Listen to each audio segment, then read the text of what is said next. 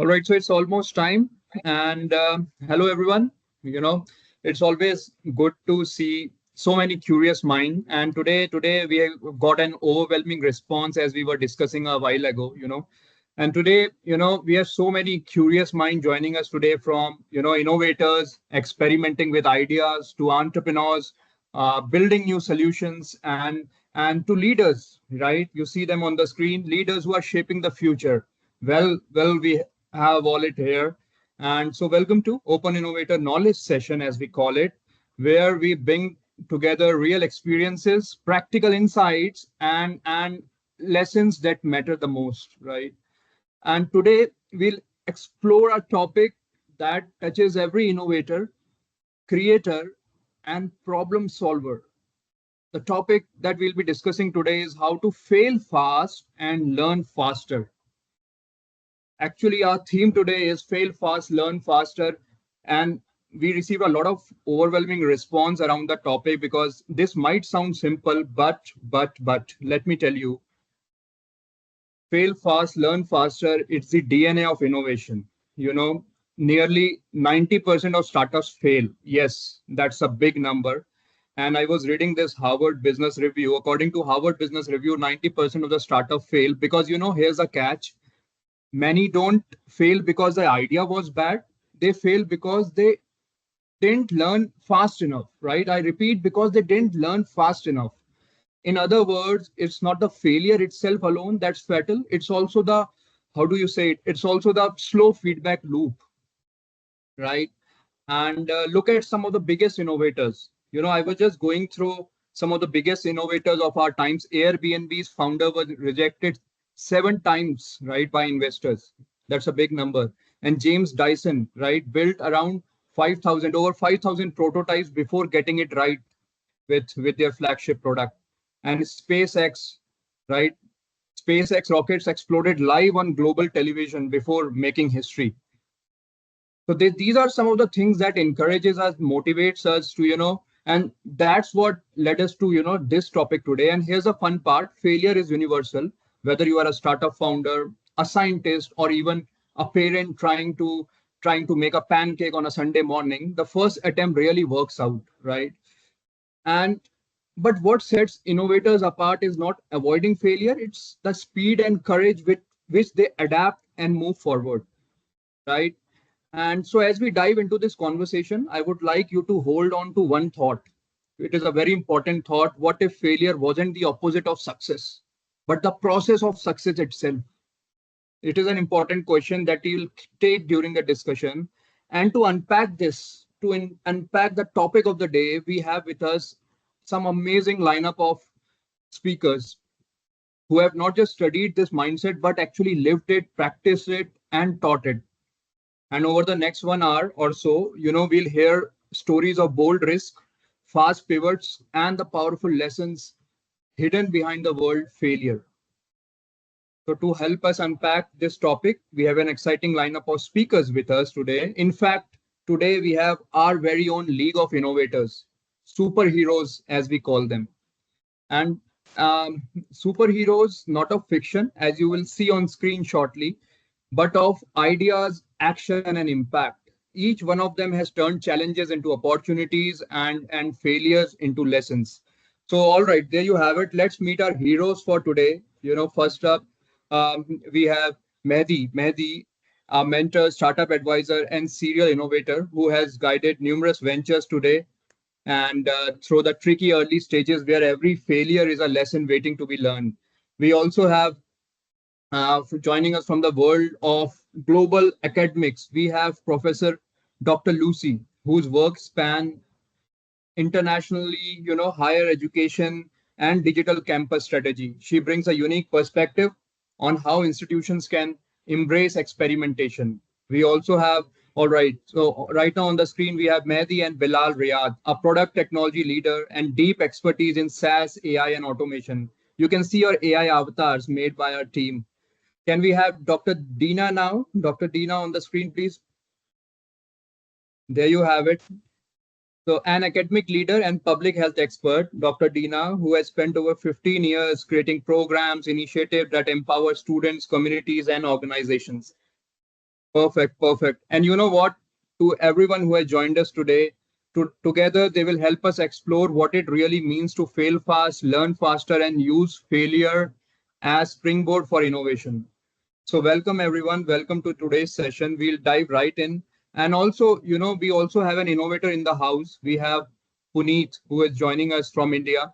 They have operations across the world, and he through Puneet, we'll get to, get a live demo of some really cutting edge tech into action. Puneet will join us in some time. All right, we see Puneet here.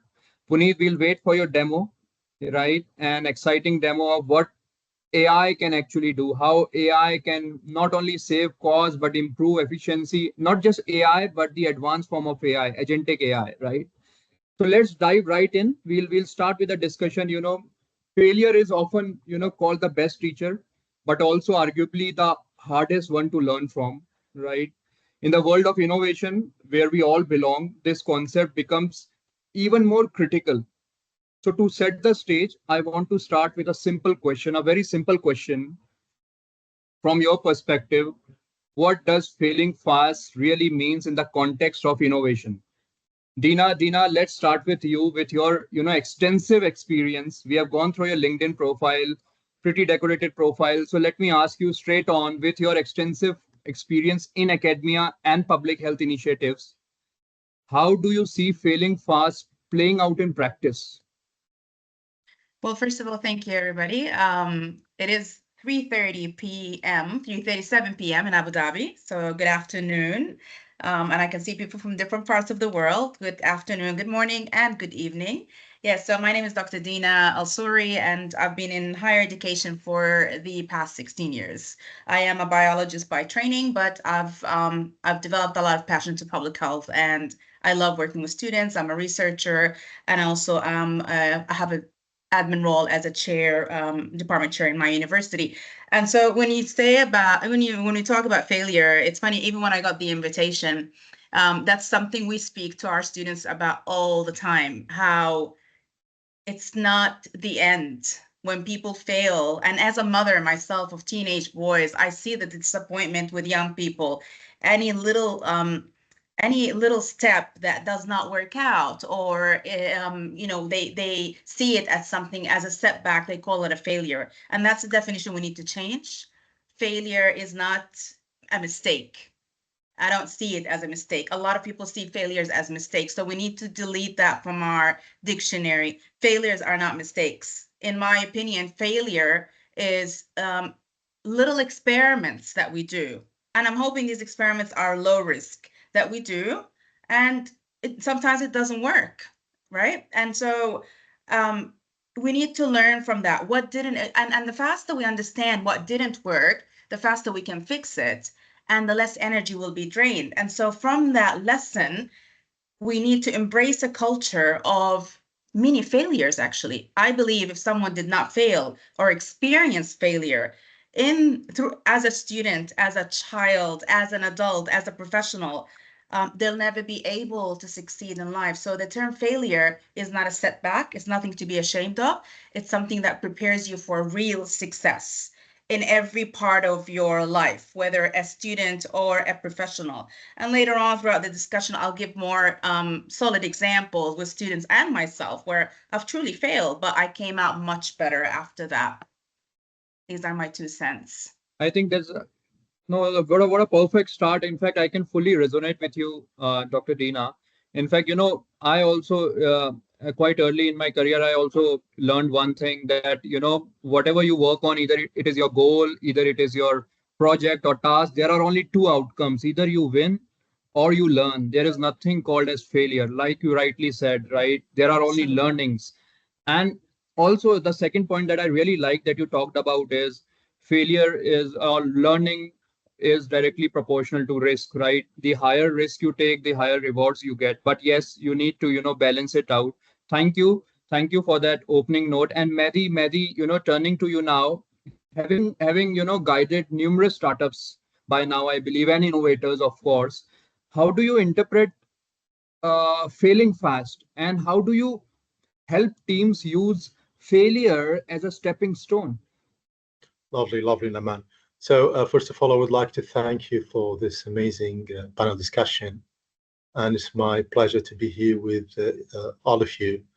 And I know that a couple of people there know that they are in the live, probably they are watching this. So I'm saying hi to everyone. So I completely confirm what Dr. Dina shared, and that failure is a part of the process. And actually, we need to accept this. We need to understand that the failure, that's something naturally happen in every venture or in every experience that we go through. Not necessarily like something within business, but it could be in anything in life, as Dr. Dina just mentioned. Now, probably, as you said, Naman, like I've myself, like I've mentored, coached, and I've worked with hundreds of startups in different places in the world. And when I usually sit down with any founders or with the core team of any venture, when I tell them, guys, try to fail fast, the first thing probably that comes to their mind that they match the word fail fast with a certain numbers of days or months or weeks, but it doesn't happen in this way. Like failing fast doesn't that it's not a measurable unit that we need to go through. You don't have to fail in a certain number of days or certain number of weeks or months. No, actually it's a process. Again, like I'm adding my voice to Dr. Dina. That's a process which starts by an idea, you start to building it, and you start to put some indicators where you measure all the hypotheses that you set from the beginning. So let's say together in this panel discussion, we agreed to create a new AI model. So we set an objective from day one. So this AI model is going to solve a certain problem in the market. And what's this problem? We put all of these problems and we start to build and we start to measure how the market is going to respond to our hypothesis. So by doing this, we will measure these hypotheses. So we will either validate it or invalidate this hypothesis. So actually, it's not us who fail, it's our hypothesis. And by learning from all of these indicators, it will end up that basically we will learn and we will pivot as we go on. So that's a process that we need to go through, a very systematic one. I don't want to say this, but yeah, it's a very rigid one, even though like I'm a big fan of the lean methodology when it comes to go through startups and building products. Yet when it comes to measuring the hypothesis, that's a very scientific method that you need to approach. Well, I really like this school of thought, Mehdi. It's not us who fail, it's the hypothesis, right? I'll probably, sit down and think more on these lines. This is actually a very good school of thought. Thank you for bringing this up. And now, moving to Professor Lucy, Dr. Lucy, from your vantage point in the global higher education and digital innovation, how does failing fast fit into institutional or academic innovation, as we say it?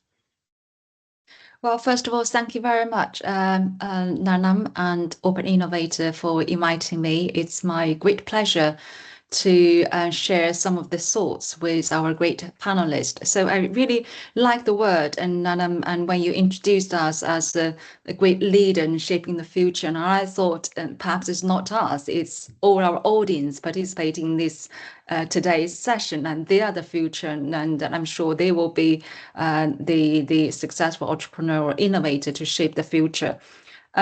So about myself, and I have been living in the West and traveling around the world and in academic world for nearly 30 years. The majority of my academic life is in the United Kingdom. Worked for 4 public universities in Newcastle, Plymouth, Bournemouth, and Northumbria University, and also 2 private universities, and have taken quite a lot of senior roles as academic leader, managing the academic research, global engagement, as well as digital transformation of the campus. Current role is in a private university based in China, which is an American-owned university, and I'm leading the student experiences, the campus transformation, etc. And my background is actually from the management background, strategic management, and my research is about university, government, industry collaboration, the sort of triple helix innovation to creating a knowledge region. And in the past 29 years plus, and I have been observed quite a lot of students and coaching, mentoring student startup. And my passion is about education, entrepreneurship in higher education, because I see a lot of a potential and the passion to start up their own business and in higher education.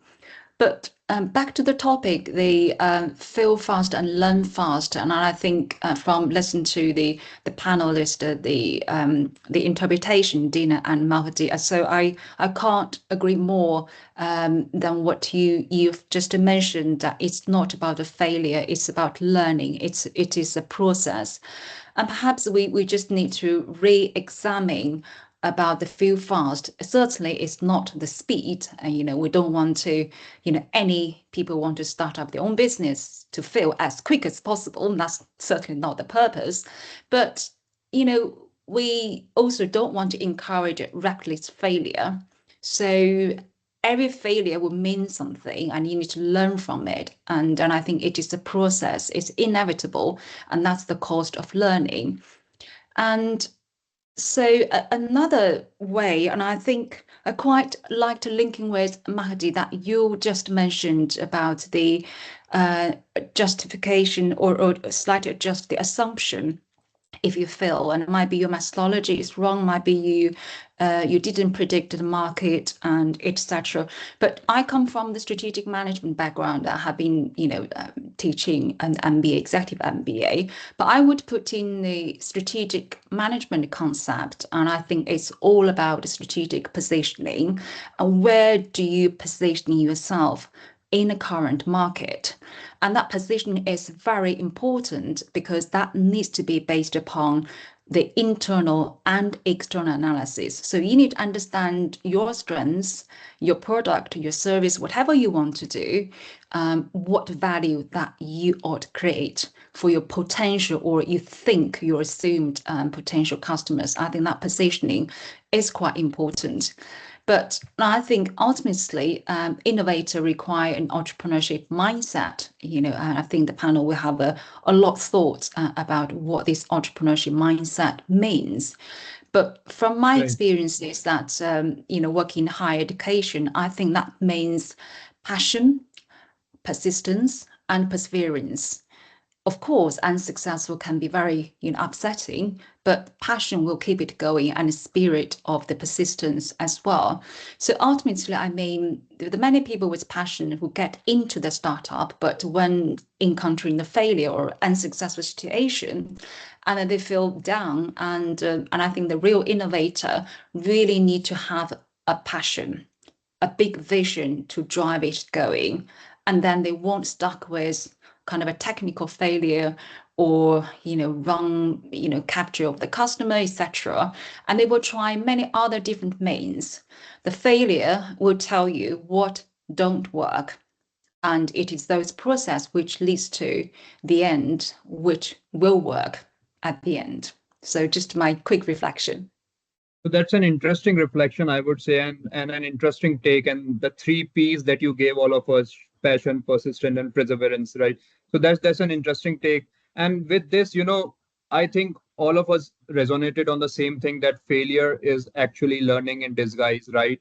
So with this, we'll now come to the expert from the product and technology point of view or standpoint, Bilal. Bilal, finally, I think a lot of it has already been covered, but especially, in the SaaS and AI, Bilal, how do you define failing fast, and how do you translate it into actionable learnings for teams and also for startups? Because, today we have a lot of startups who have joined us. Also, some of the innovators, I can already see a lot of questions in the chat box. We'll take them later.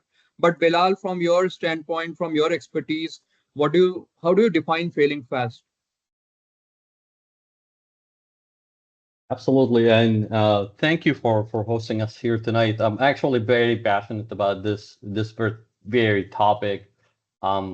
as myself, a leader of product, I've been in the business for about 23 years with both undergraduate in software engineering and 2 master's degrees in business and software engineering, with a long history of working as a product leader in different enterprises around the world. I found this problem is not really limited to startups, right? Like it's a thing that happens to anyone who's trying to innovate. Whether you're a startup, whether you're an enterprise, whether you're government, we start with a method of, theory about what our customer is, who's our customer, what their problems are. We try to validate it, and then we put up a solution together to kind of address a particular pain point. Whether you're an enterprise, whether you're a customer, whether you're a government, whether you're a small business, you still have that feeling of, am I really going to address that pain point? Am I really understanding that particular customer, and am I really kind of deliver to that? So that's where failing point comes in really important, right? So failing fast here allows you to kind of experiment with that customer, allows you to experiment with different options, allow you to kind of get in and kind of understand that customer very well. Positioning yourself in the right direction as well comes in as an iteration of moving forward toward addressing a particular problem. So failing fast is super important at any level. In the industry or in the age of AI, it's becoming even a lot more important, because the speed of delivery, the speed to market right now is becoming super short cycles to make advancement into the market. So if you're not accustomed with failing fast, if you're not accustomed of iterating on your product, it's just a matter of time before somebody else kind of swoop in, address that particular problem, and keep moving. In a non-traditional, non-AI business, what we used to have is time and the luxury of money. So enterprises or well-funded startups, they have a lot of time to go and address a particular pain point. Not anymore. Today, with AI industry, the speed to market is just astronomical, and people need to be very aware of that. So failing fast now here becomes very critical, because it's not about how much money do you have. It's not about how big your team is. It's literally about how can you learn, and how can you learn fast and deliver before everyone else. So this is becoming super important. I realize that with really a lot of startups right now. Like I see startups right now delivering from like 0 to market fit to customer in under a month or 2, which is like unprecedented, right? Like in the previous years, you talk about like a cycle of 1-2 years minimum before you even see any contract with a customer. Right now, startups are addressing customer pain points, even government pain points, in like under 3 months. So failing fast becomes really super important right now. I would want to add something small to, just iterate on what my colleagues here has been talking about. Failing isn't a goal. Failing recklessly, obviously, is not what we want. Failing fast is exactly what you want to have. You're only failing if you haven't learned from that iteration. So if you learn, it's just an iteration of learning. It's a cycle of learning. Think of it as like learning to ride a bicycle. You're not 3-year-old who jumps on a bicycle and rides it the first time, right? You will fall once, you fall twice, you fall 3 times, 5 times, but over time you address that problem and you become a professional. You become better at riding that bike. So those are learning opportunities. Don't think of them as failures. You only fail if you haven't learned from them. But no matter what happens, learn fast and keep going. With this industry, learn even faster. Use AI. AI is your best friend to validate ideas, to reach customers, to explore markets. So Get out there and deliver. Well, there you have it. There you have it. The word has been said out loud that it's not about money in the bank. It's not about how big your team is. It's all about learning, unlearning, and then relearning. That's the crux of the matter, right? You need to unlearn and then you need to relearn the newer concept, right? Thank you. Thank you so much for that take, right?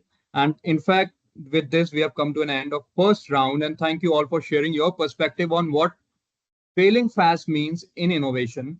Now, let's explore the lessons from each of our panelists' unique experiences. These are customized questions now to see how failure translates into learning in different contexts.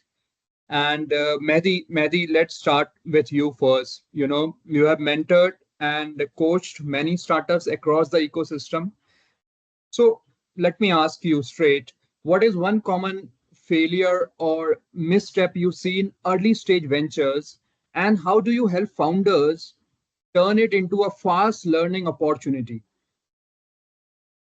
Thank you, Naman, for the question. I've seen one of the attendees just write in the chat to give some practical examples, and I will do this.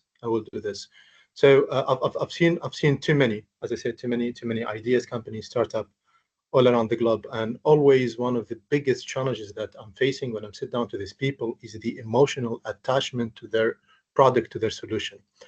We need to understand here that we are not perfecting or optimizing the solution. What we need to focus on is solving the market problem. That's the thing that we need to keep our eye on. So the emotional attachment, it causes like a barrier for most of those entrepreneurs, innovators, from moving ahead in their projects or startups. And this is what they call it by the confirmation bias.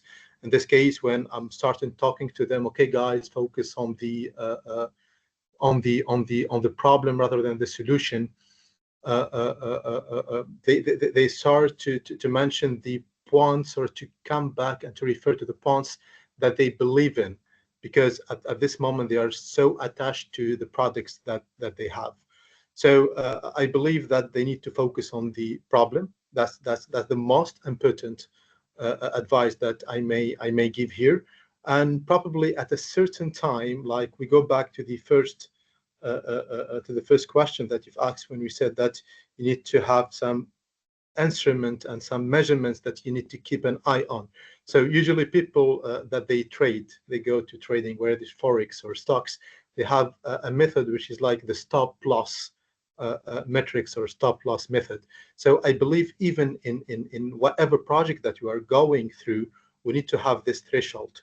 We need always to have an objective, a clear objective, which is reflecting or is aiming to solve a certain problem with some matrices, with some indicators that we need to respect strictly here. So I believe, yeah, the emotional attachment is definitely like one of the biggest issue that I know it's difficult, because I'm an entrepreneur myself, and I know when I work on a product for a week or a month, it's difficult for me to accept that the market doesn't want what I'm suggesting to them. But at a certain stage, to fail fast again, you need to accept this fact. You need to isolate yourself completely from emotional attachment to the product, and deal with numbers. Go back to your numbers, go back to your objectives, measure every and single step that you are going through. I believe this is the way that we need to go through, basically. Well, could not be said better. Perfect, perfect. Going back to your numbers and restarting what you initially built. Great, great take, Mehdi. It's clear that learning from mistakes early can actually make or break startups. That's pretty clear and writing on the wall. And this idea of guiding and empowering others, bring us nicely to Dina. So, Dr. Dina, you have mentored and empowered countless students and colleagues, of course. So, what's one piece of advice you always give to someone who fears failure but still want to take bold step forward? Yeah, so this is again something I speak to my students about all the time. They're under the impression that confidence will help us overcome failure. And I think confidence is not a prerequisite. It's something that develops after the action itself. So whether or not you're taking the risk, it's not because you're confident or not. It's, something that we develop after. And, I thought of two examples actually from this question when we talk about taking the risk or failing, but, taking that step forward. I can use myself as an example. So it happened to me personally. I worked for my previous university for 13 years in my domain as a health scientist. And then 3 years ago, I joined where I am right now, Rabdan University Academy. which is all about defense and security. It's completely not my domain. And I was thriving in my career, but I took that risk and I said, I want to try something new. And I want to experience a new domain. It's a government entity versus private. A lot of people went against that decision because I was thriving as an associate dean, as someone who's senior, but I took that risk. And not only I took the risk, I joined. And after 1 year of joining, leaving, kind of my legacy behind, I felt like a failure. First time in my life, I felt like a failure. I was not achieving what I had planned to achieve. I didn't have the impact that I had in my mind. And it really, really pulled me down. I'm like, I don't feel as good and confident as I used to be as an educator, as a researcher. Believe it or not, and that was almost, 2 years from now. Now it's almost 3 years plus in the same place. I couldn't have asked for a better transition. Where I am right now and what I've learned from where I am right now has given me so much in my career that it added so much to my CV, to my experience. So if I had given up at that point, exactly a year after, and said that this is not for me, I am feeling horrible, I need to leave, I'm not making an impact, I made a mistake, I wouldn't be where I am right now. But because of my persistence, because I felt, let me wait a little bit more, maybe resilience, I am in a place where I wouldn't have thought I would be. I mean, I said 1 year and that's it. And it's almost like 3.5. And I don't see myself leaving anytime soon because I have a whole department under me who's growing. We're making changes to the curriculum. It's a young institution that could really, really use a lot of my experience. So that's me on a professional level. For students that say, I don't want to fail, I'm scared. I get a lot of students saying that, they get into a major after a couple of years, let's say they're engineering and then they want to move to another major. Doctor, I failed. I failed to choose the right major. I've wasted my time. And again, we talk about you have not failed. You've tried, you've taken a risk, you've tried something that was not for you. And now it's time to see if there's another setup that will help you thrive. So taking that first step, that student could say, I'm done, I've already wasted 3 years of my life. No, we want them to take that step because that step is what's going to make them confident. Confidence, again, is not a prerequisite. It's a result of getting over that failure. And that's something that a lot of people misunderstand. It's the confidence part that I keep repeating. It's a result and it's not a prerequisite. Well, perfect. Thank you. Perfect. And a wonderful, wonderful perspective, Dina. In fact, you just answered one of the questions asked by one of our attendees that they actually requested to take a real example from practical standpoint and real use case how failure actually inspires learning. So thank you for that. And now let's take this idea into a broader institutional context. So Dr. Lucy, from your experience, overseeing academic strategy and university expansion globally, right?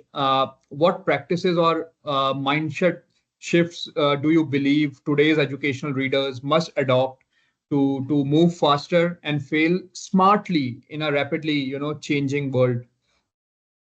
Well, thank you very much. And while I'm listening to colleagues and great comments about this topic, and I was watching the chat box about our participants' questions, and I think I come across questions about the founder received harsh feedback from Incubator about the business model. So what's the smart move, sorry.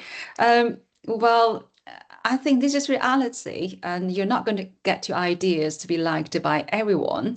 So that's quite common that you do receive various feedback, whether it's positive or negative, and if that's in line with what you think, that's great. But if that's doesn't what you expected, and you just examine whether there's a true values within the feedback. If it is, and you can take it. If not, you just ignore it and go ahead. I think it's just about the mindset and to be resilient and as an innovator and entrepreneur as well.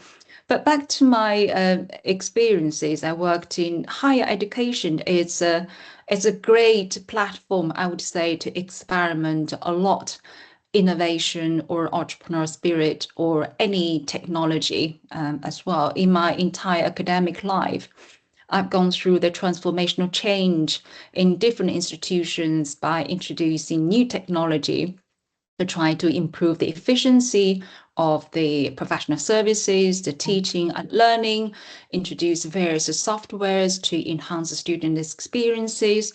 The latest one including introduce the artificial intelligence, the digital human, to replace some of the teaching of the lectures. And the purpose is of course, to enhance the students' learning and engage with students. But I'll give you a good example. Well, there's many examples. I can give you a positive one, which is so far so good, or a not very positive one in terms of the failure of introducing EdTech technology on campus. One of the positive one is, as we all know, the university become bigger and they have a full-time, part-time and distance learning students. So the great technology is using this kind of, linking holographic system where we connect students from different campus, and a lecturer can really deliver the teaching for 800 students at the same time, and the students can come from different cities and different regions, and that really to help to deliver the flexible learning and to get a lot of students to access to the lectures. But there is another one which is not very successful is introduce a digital human into the teaching at the very beginning, and we thought that's a fantastic idea because half of the lectures can be delivered by digital humans, so the lecturers can free up the time to actually do something else or spending more time to have sessions with the students. But then the feedback from students saying, no, that we really don't want to be taught by a machine, that we want to be taught by a real person, that we want to see the person, we want to see the lectures in classroom. And that's what we found is quite surprising. And we saw, students sometimes when we monitor the attendance in lectures, students sometimes don't turn up. So we thought, okay, so you can see these lectures online or using the the laptop, whatever digital device. But when we really introduce as the formal teaching learning process, we found it not exactly what we expected. So, we're still investigating what could be the balance between the face-to-face teaching and the online teaching, how we can really ensure students have a true experiences. I think back to Magdi's model about the emotional attachment. So sometimes we feel, yes, it's very convenient. Technology provides a lot of advantages. It's fast, it's quicker, flexible, and you can learn anywhere, anytime that you want. But deep inside, human beings really need to have the emotional touch or connection. I think this is the key point whenever we talk to students who want to start up a technology business, and we want them to think about, is that really the technology that you want to sell to your potential customer, or that you want to have your potential customer to feel something because they use your technology, those sort of a emotional value adding part, which is really difficult to detect.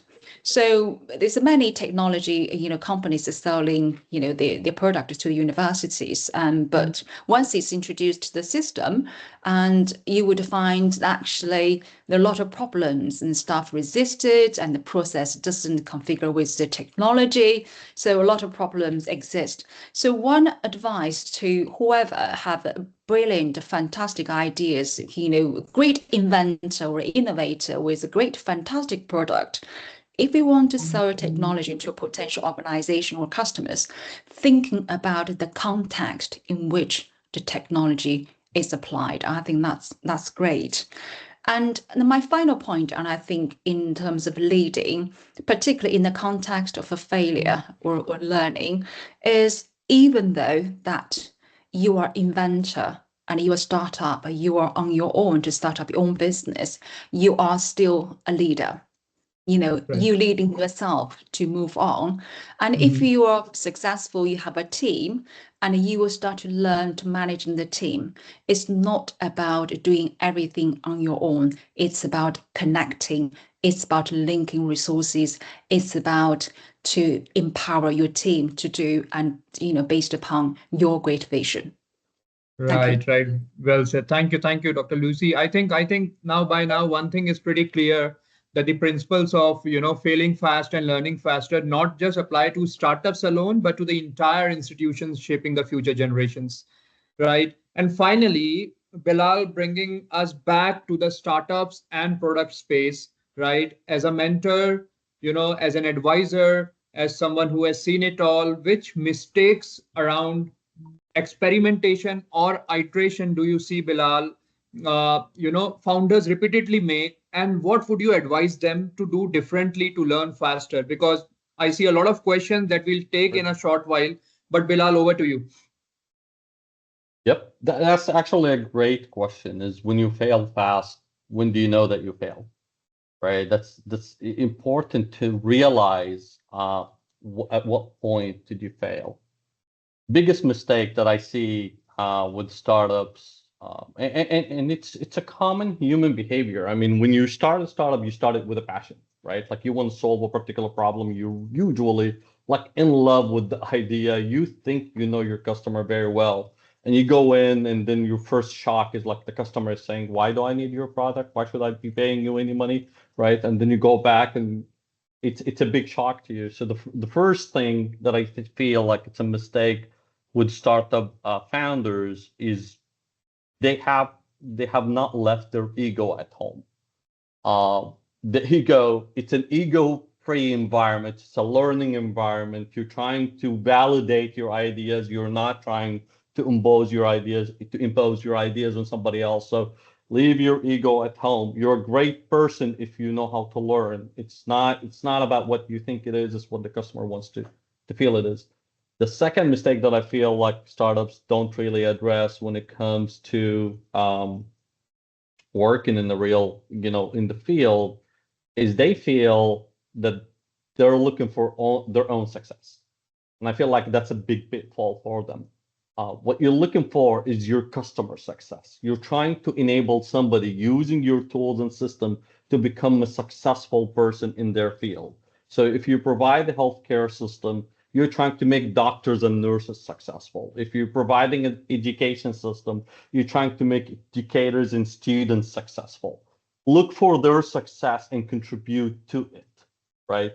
Your success, your individual success isn't the goal of your startup, honestly. That's why in the last like 10 to 15, like last 10 years, you would start hearing more of like enterprises opening positions and departments around like customer success. What does that mean? I want to contribute to my customer success, therefore that will reflect on my own success. If you deliver value to someone, understand their success, and that will make you successful, which is a big pitfall when it comes to startups. They feel like success is making a deal. It isn't. It's your customer being more successful than they were before your product, and that's when you become successful, right? So ego-free environment, success, your customer success is more important. And the last one is remember, why do you need to fail fast? Failing fast is about learning, but as a startup, your biggest challenge is your big part of it, even today with AI, is your funding. Is your money, is the availability of your resources. It's on your own time. If you have quit your job, you're doing this after work, you're a parent, you're spending that time, that's with equity into that startup. And you want to minimize the damage to that in terms of like, how much do you spend out of your own money, investor money and angel money, your time, your sweat, your family money to learn something. So you want to minimize that impact, minimizing that sunk cost in a sense to get to a value. So when people don't realize that and they think about failing fast of, it's the purpose of it is just learning. It is actually just learning, but also if you run out of money, you're not going to continue. If you run out of energy, you're not going to continue. If you run out of the support of your family, you're not going to continue. So fail fast for the sake of all of the above, so you can continue, right? So those are the, three things: leave ego at home, think about your customer, and think about your costs. And that's why a big reason why you should fail fast. So those three things, I think it's harder to grab when you're a new entrepreneur because of the passion that comes in with creating a brand new product. Put those aside and you'll be a lot more successful. Well, that's such a smart explanation. Thank you, Bilal. Now one thing is clear, as we have heard from all our panelists, from startups to academia, mentorship to product innovation, the theme is, I would say, consistent. Failure is inevitable, but learning fast turns it into opportunity, like Bilal mentioned, right? Mehdi said. And so the lessons may look different in each context, but the underlying principle is universal. So now, before we continue our panel discussion, we have a special treat for you, chance to see innovation in action. And we have been talking about failing fast, learning faster, but what does that really look like in real world? To show us, we will now invite Puneet, the founder of a cutting-edge AI-powered startup, to give us a live demo of their smart AI agent. These agents are designed to learn, adapt, and assist in real time, practically embodying the principle we have been discussing here. So here's what we'll do. We'll take a short break from the discussion, watch Puneet's demo, and then come back to deep dive with our panelists and continue exploring the lessons, stories, and strategies. Meanwhile, we also have a lot of questions from our attendees to all our speakers. If you can take out some time to answer those, that will be great. And so Puneet, over to you. Yeah, thanks, Naman. Hope I'm audible. Yeah, you are audible loud and clear. I would want you to share your screen and also show us what you have built and how it is actually solving a pain point and how smart the tech has become now. Over to you. Sure. First of all, thank you so much, Naman, for inviting on this platform. I think it was a great learning for me as well, being a founder, to learn from Mehdi, from Dr. Dina, Dr. Lucy, and also from Bilal as well. I think it's great learning, and thank you so much for sharing such a valuable inputs. I can also add from my perspective that being a startup owner, I also failed at least 3 times when I started working on this venture. And the success, as Mehdi also mentioned, that I think the mistake what we did initially was we were very close to the solution which we were trying to build, and we were stuck to we were very sentimental to the solution what we wanted to position to the market. But I think that was a mistake, and we learned from there. We focused on the solution which we need to solve for the market rather than solution close to our heart. And I think that gave a very good insight and success as well. So currently, just to give about background about ourselves, so we are working with industry like healthcare, manufacturing, retail, e-commerce, like that. We've been working across more than 10 verticals, and we have built an AI agent platform which works omni-channel, and it's a voice-first architecture. So which means we are building the agentic AI solutions for HR, legal, sales, IT, operation, finance, procurement, for all the departments, and they can actually deploy this across the enterprise as an enterprise agentic AI platform, and drive a lot of automations and use cases using the voice as an interface. So let me share my screen and show you some examples. Puneet, as they say, seeing is believing. We would like to see what you have built. Sure, absolutely. So let me first start with. Are you sharing a screen? Because we can't see it. Yes, I'm just sharing it. Let me know if my screen is visible.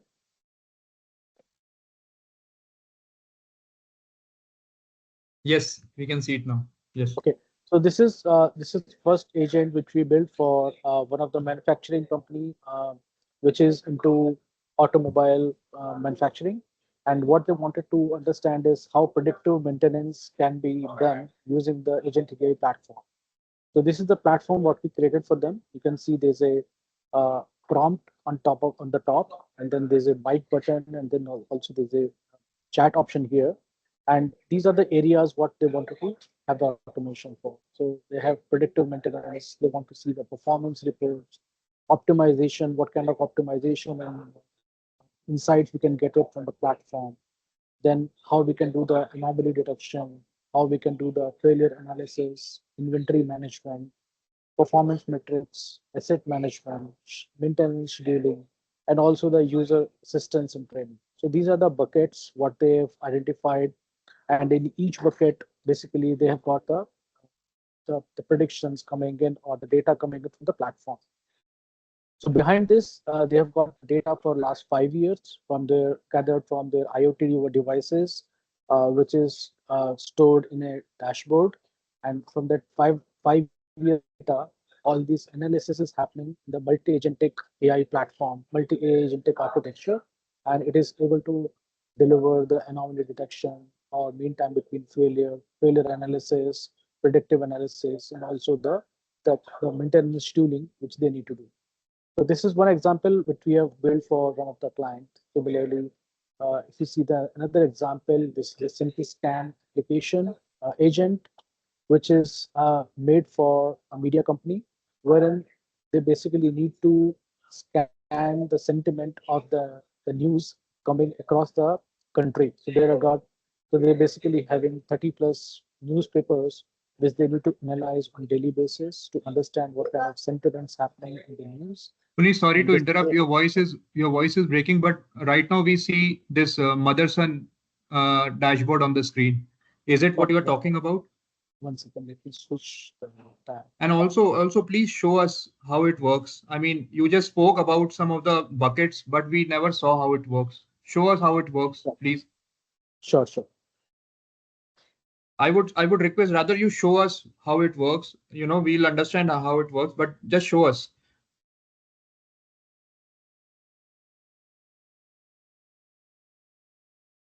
Right. So for example, you can see on my screen, let's say if I pick up the vertical, let's say performance report. So there are a few shortcuts of questions what I have created here. So I can simply type here, ask these questions that, like for example, generate summary report on the current asset performance, highlighting areas of improvement. So Do we have this to is where, type, or they can also hear and recognize our voice, or any yeah. language? If let's say if I Right. speak So in Arabic, can it understand Arabic and give the results in Arabic? yeah, so this is a multilingual platform, so they can even use a mic. So you can see on the bottom, there's a mic button here. So they can use the mic, and this can work in Spanish, they can work in Arabic, English, or any language they would like to prefer. So this can work on that. This can also generate the bar graphs and the charts of the report, what is happening at the back end. So while it is showing the result, I think my network is a little slower, so it's taking a little more time. But this will generate the result, and it will show the summary of the report, what is happening in the backend based on the data. How much time does it usually take? I mean, So generally it takes about 15 seconds because it has API interaction. So and the application what we have at the backend, it's connected with the API. So it and got where do to, you? And by the way, where all this data gets saved? I mean, is it so this on-prem is, or is it cloud? yeah, so we have got both the options. So we can deploy in the client infrastructure, or we can deploy in the on the cloud as well, which is on AWS or Azure. But mostly these kind of clients they prefer to deploy in their own infrastructure, so we can deploy in their infrastructures. Understood. Right now it's taking some time, but all right, Yeah, we have got an I'll move to the, understanding of yeah. how it works. Meantime, let me move to the another demo. I'll come back to Please, this. please, quickly go ahead, and then we'll continue the discussion. Yes, quickly. So let me share this video. This is basically a use case for a customer service. So in a How the nutshell, customer, what we have, yeah, so this is the use case of customer service, that how the customer can register a complaint using a voice. And there's an AI voice agent which is helping the customer to register a complaint in a seamless manner.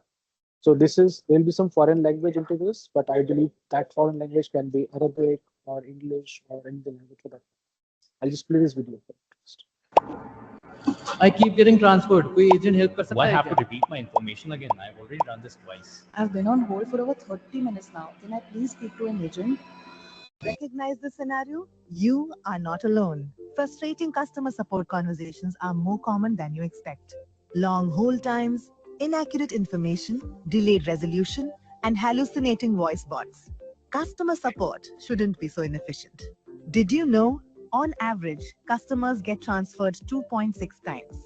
60% of customers report disappointments with chat and voice bots. There is a 25% surge in abandonment rates due to long wait times. But what if customer support could be effortless, efficient, and genuinely helpful?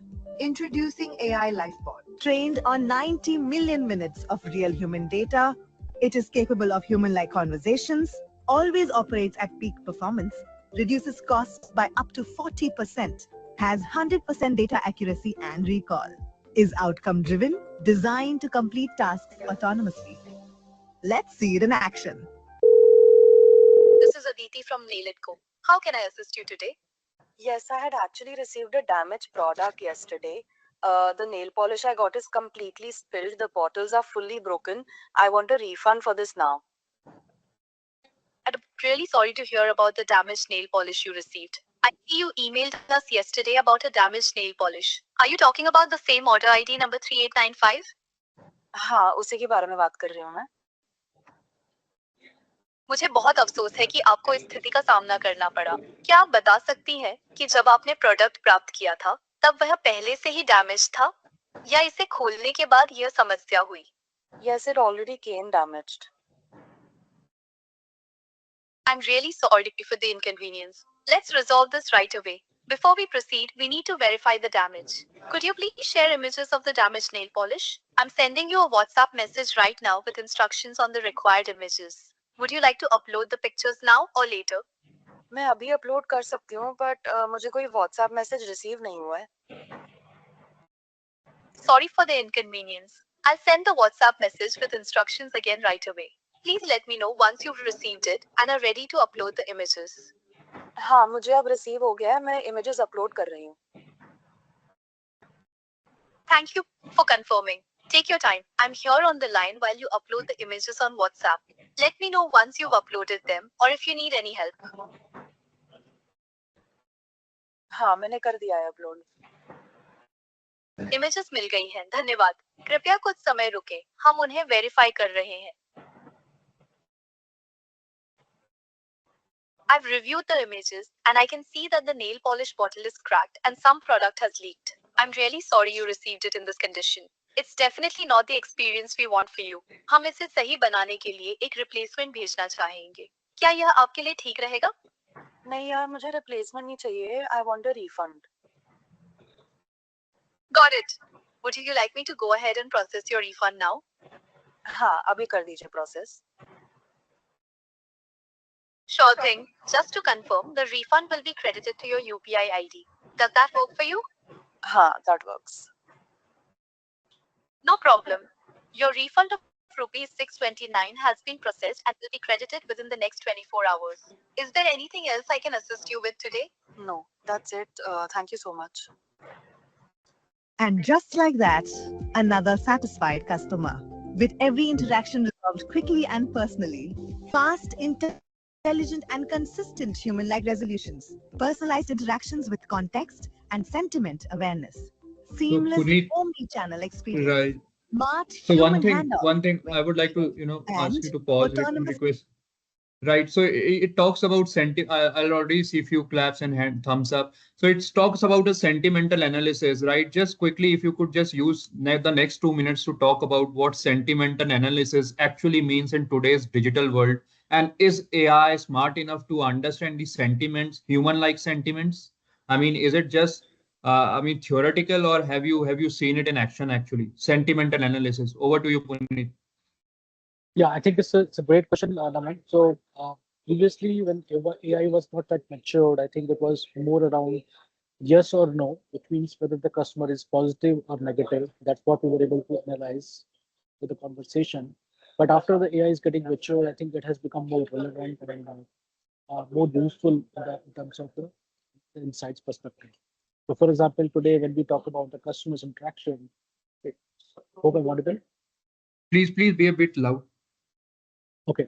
So today, when we talk about the sentiment analysis, we're able to not only detect the yes or no, but we're also able to detect the emotional analysis as well, which means whether the customer is angry, customer is happy, or whether he wants something else. So it becomes more relevant for a company to decide what kind of services or what kind of solution they can offer. Perfect, perfect. Bilal, Mehdi, Dr. Lucy, and Dr. Deena, just wanted to, get a quick fact check and quick check from you. Any feedback that you have or any questions you have before we go to our last question? For Puneet, any question for Puneet, Mehdi, Bilal, Dr. Lucy, Deena? I can go first. I love Yes. the demo. I actually love the demo. I love the language switching ability. I love the tone matching. I was, from success perspective and product perspective, we have to kind of embed business in there. So I wanted to kind of learn a little bit about more of how does it analyze the refund case and how does it clarify that this is a real case versus a non-real case. This could work for like what type of businesses. Obviously, it can't work for high dollar amount kind of returns and refunds, maybe smaller type of businesses. Talk to me a little bit about that incident analysis and who's the typical customer for such a service. Perfect, perfect. So Puneet, I believe you have made your notes and points, right? Yeah. And thank you so much, Bilal. Puneet. Thank you. As we wrap up today's session, I already have so many questions, and in the interest of time, we can only take some. But let's leave our innovator, entrepreneurs, and students with some actionable insight. Failure is inevitable, but what makes a difference is learning faster, right? So to all our panelists, if you could give one golden rule for turning failure into faster learning, what it would be. So, Dr. Lucy, let's start with you. From your experience, leading global academic strategies, what's one principle you would pass on to help organizations or individuals to, turn those setbacks into rapid learning?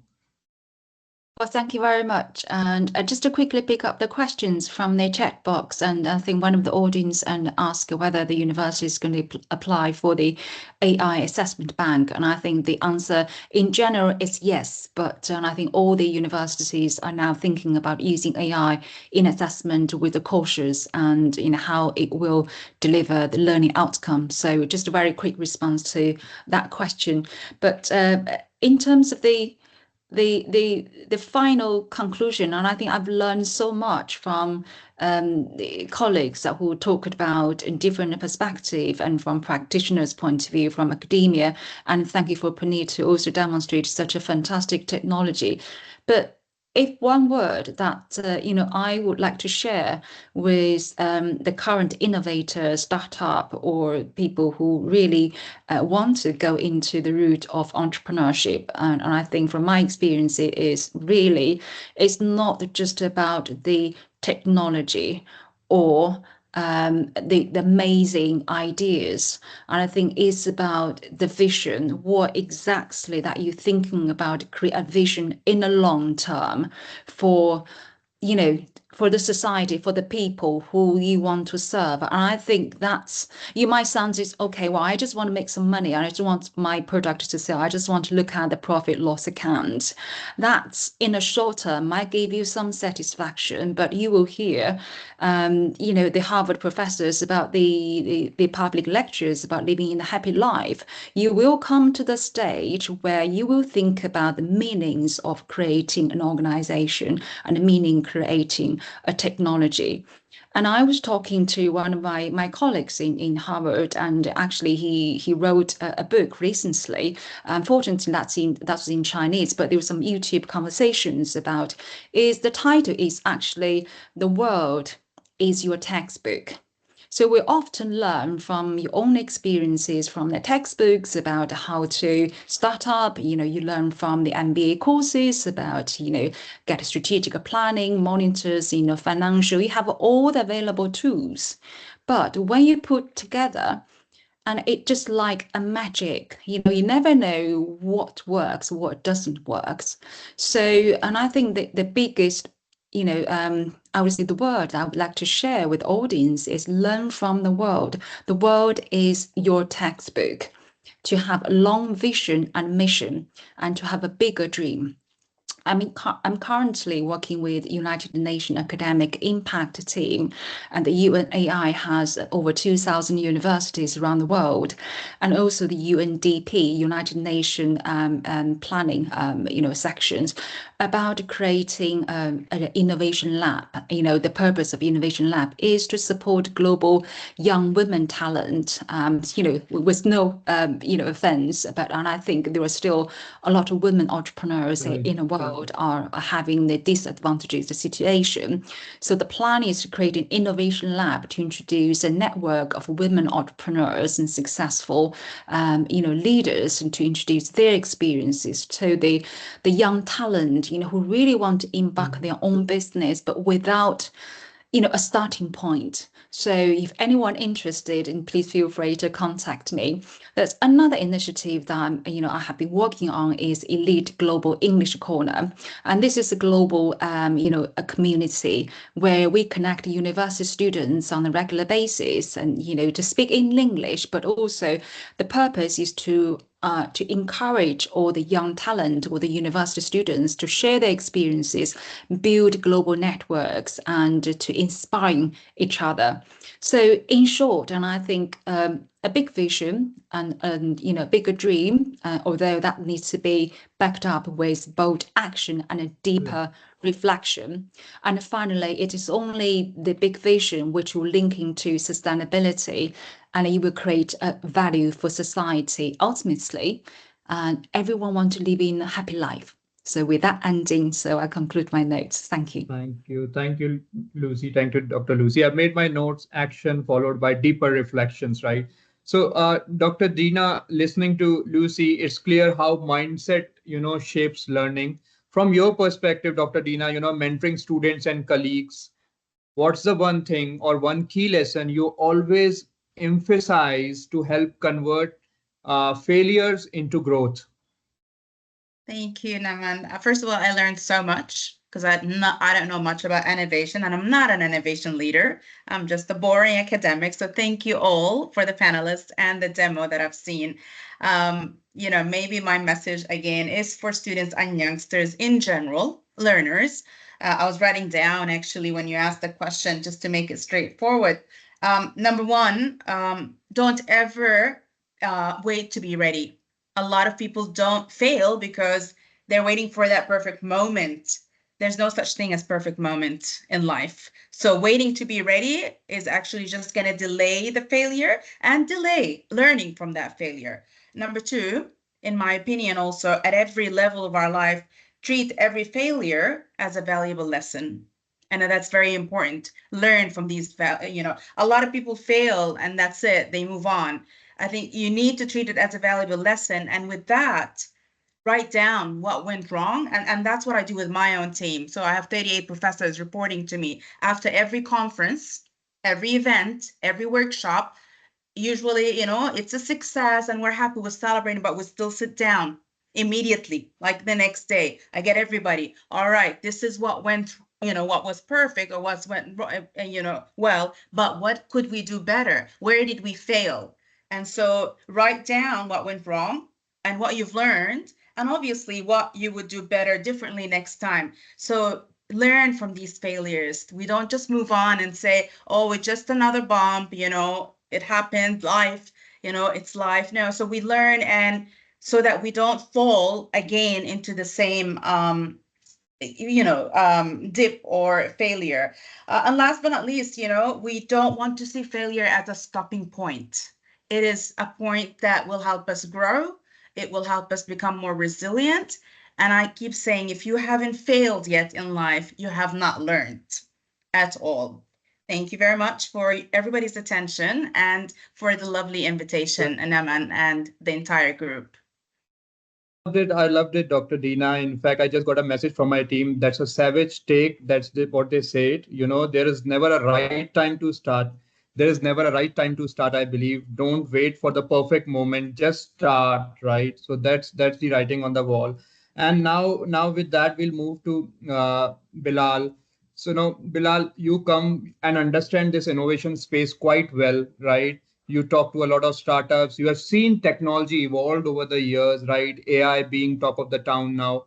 So moving to the world of products and technology, you have seen firsthand team experiment, iterate, and actually sometimes stumble in the process, right? So what's your takeaway, or what's your single rule you would give innovators for learning faster from those experiences? There are few things to talk about here to unpack. This is when you're learning, you have to have a data point, like you have to pull out. Treat failure like a data point, not a drama scene. Like there's nothing really bad about failure except if you haven't learned anything. So learn of it as a data point. I think part of iterating, people understand iterating as I think of iteration as a multi-level. It's like going over a step and going up a ladder, right? So what happens is you want to learn, but you don't want to, like the next time you want to learn, you don't want to start from flat zero. You want to start from the point where you start learning. So in iteration, it's an accumulation of learning.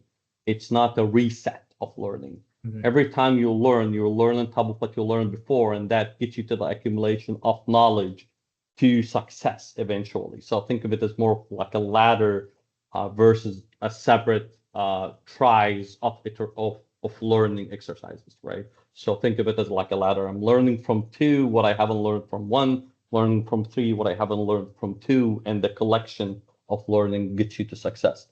What I would say to a lot of people who is trying with startups, if you're afraid of learning, you will never succeed. You should adapt to having learning as part of life. If you're afraid of failure, you will never succeed. If you never failed, you never lived, like Dr. Dina said.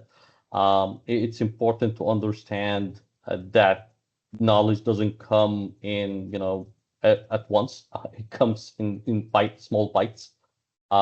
One big thing to also think about when you were talking about, failure and how. So a big question that comes in is like, okay, what is the right size of a product that I need to launch for me to learn?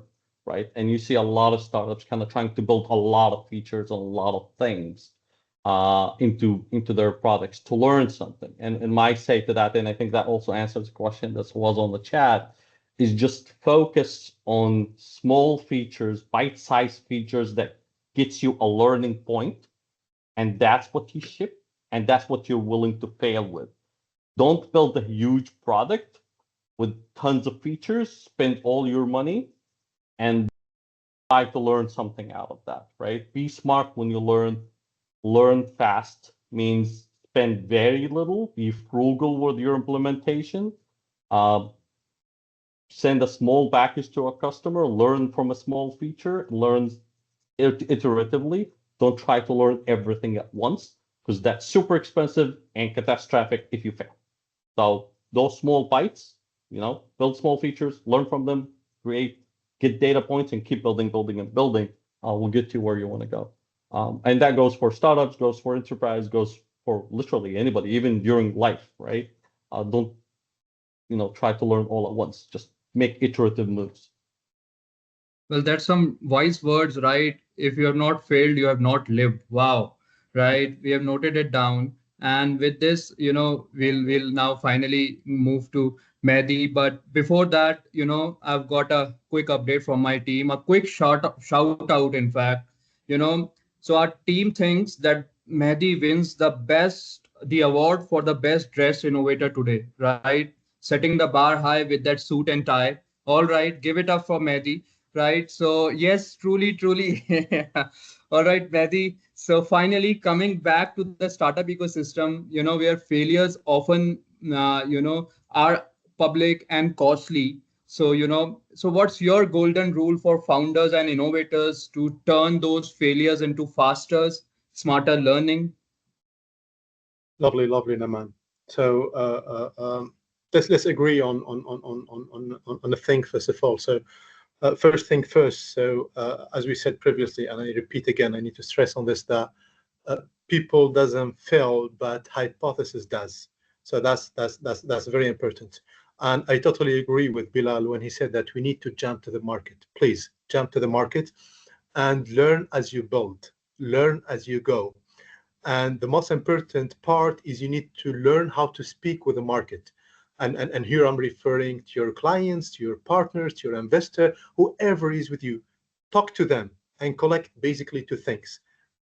Within your interaction, you will collect some qualitative data, some subjective data. Keep them on the side. They will help you to pivot if you need so. But most importantly as well, you will collect some quantitative and objective data.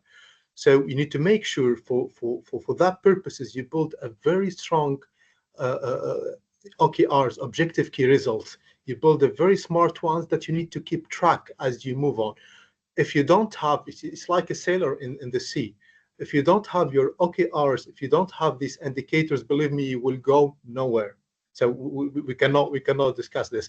And the most important thing, I will stress on it over and over and over, please speak numbers. Push hard and smart in any possible way to collect numbers, because this is what will approve your problem solution fit. That's what you will approve your product market fit. That's what you will bring you some investments. It's only numbers. And again, I'm referring to Dr. Lucy. I really love when she said, like, keep the passion. And yes, and there is an important part here, like I'm expecting founders, when we speak about passion, they are the responsible ones to keep that passion among their team. You know, they need to keep it as that flame within the team over there. And lastly, like I've seen a beautiful canvas in the back of Dr. Dina. He said, Amal. Amal in Arabic is hope. So I think when we're going through, yeah, that beautiful one, Amal, I think Amal, is hope. Love and hope. Yeah, love and hope. So I think as we go through this journey, we need to keep two things. They are very important. Is hope and numbers. So always we need to keep that hope, because we need to believe in our products, but as well they need to go hand in hand with numbers. And this is basically in a very easy and straightforward words what can define the fail fast term. And thank you, everyone. Perfect. On that note, this reminds me of a movie called Shawshank Redemption. There is a famous quote that says, "Hope is a good thing, and all good things must never die." Right? So perfect. What a day it has been, and what an exciting session it has been. And a huge thanks to all of you, to Puneet, for showing us a live example of this principle in action. In fact, we have seen failure not as a setback, but as a data, a lesson in disguise, a chance to iterate faster, and an opportunity to discover solutions that we might never have imagined otherwise. So as we come to the end of today's session, and let's take a step back and reflect on what we have explored, from the demos we have seen to the experiences shared by our panelists. Wow, I personally loved it, enjoyed every bit of it. We have extended our time by 15 minutes, but I believe this is for good. Innovation in a journey, paved with experiment, learning, and yes, failures. So thank you so much, Professor Lucy, Dr. Dina, Bilal, Mehendi, and for generously sharing insights, experiences. I would request each of you, to please drop in your LinkedIn address in the chat box, so that all our, attendees and startups, innovators could connect with you personally. To our audience, thank you. This is just a beginning. Feel free to connect with our leaders and mentors on LinkedIn. Their IDs are in the chat box. Reach out to them, seek guidance, ask questions. This is very important. Ask questions, get advice on whatever you are building or planning next. Use today's lesson as a springboard for your own experiments. Iterate boldly, learn faster. And at Open Innovator, we are not just hosting conversations like these, we are building community of thought leaders. So let's continue the journey together, fail, learn, iterate, and create meaningful outcomes. Thank you once again for being part of this session, and we look forward to seeing you in the next one. Thank you. Have a great day. Thank you, Naram. You are wonderful, Chief. Thank you very much. Have a good weekend. Thank you so much. Have a great weekend. Thank you. Thank you, colleagues. Bye-bye. Thank you.